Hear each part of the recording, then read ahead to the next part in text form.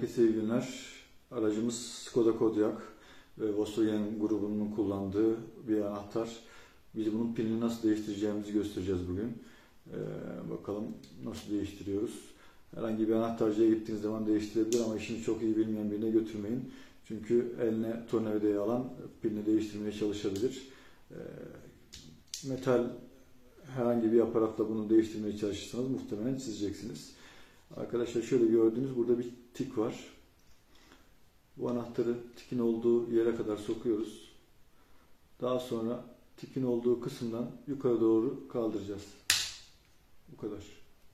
Gördüğünüz üzere direkt attı. Attıktan sonra metal kullanmadan tırnağınızla ufak götürerek bunu açabilirsiniz. Bu şekilde tırnağınızı yüzdürdüğünüz zaman açılacak. Pil arkadaşlar 2032. Bizim pilimiz de 2032. Herhangi bir şok marketten veya herhangi bir A101 fark etmez. Herhangi bir tanesinden alabilirsiniz. Bunu değiştireceğiz.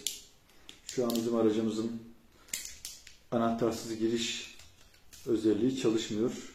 Pilimizin zayıf olduğundan şüphelendik. Bakalım doğru mu? Pilimizi değiştireceğiz. Sonra bakacağız çalışacak mı? Kaliteli bir pil aldık arkadaşlar.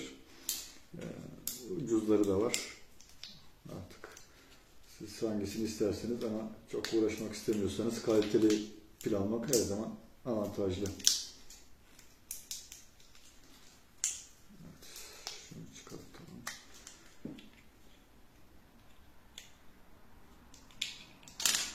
Bastığınız zaman direkt çıkıyor. Daha sonra takıyorsunuz. Önce arka tarafı, sonra üst tarafı.